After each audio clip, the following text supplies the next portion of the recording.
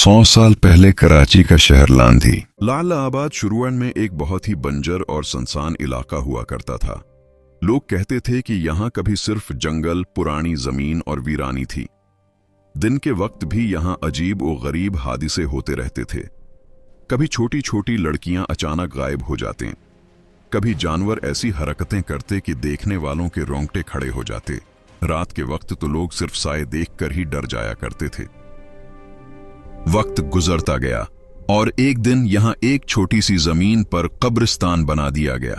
किसी ने यह नहीं सोचा था कि यही कब्रिस्तान वक्त के साथ इतना बड़ा हो जाएगा।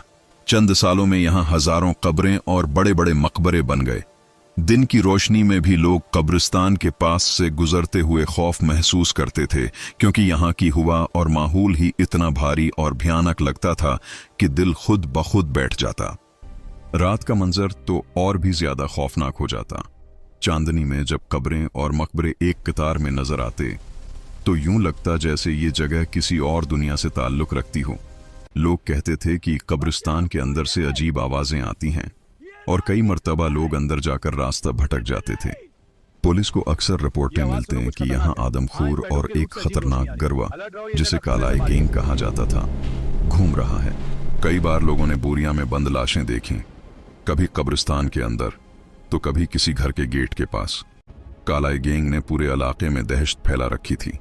ये लोग रात के वक्त घरों में घुसकर मर्दों को बंद कर देते, औरतों के साथ जुल्म करते और कीमती सामान लौटकर फिरार हो जाते।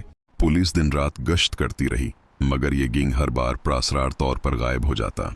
लोगों का ये भी कहना था कि तकरीबन 50 साल पहले यहाँ एक बहुत बड़ा सैलाब आया था, जिसने कब्रिस्तान और मकबरों को शदीद नुकसान पहुंचाया।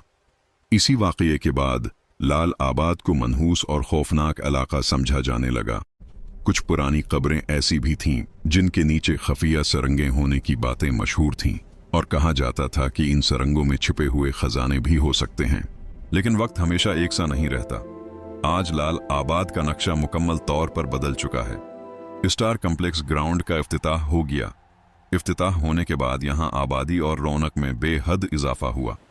नई मार्केटें बन गईं, दुकानें आबाद हो गईं और जदीद रहायशी इलाके वजूद में आ गए। जहाँ कभी खामोशी और खौफ था, आज वहाँ रोशनी, आवाजें और जिंदगी है।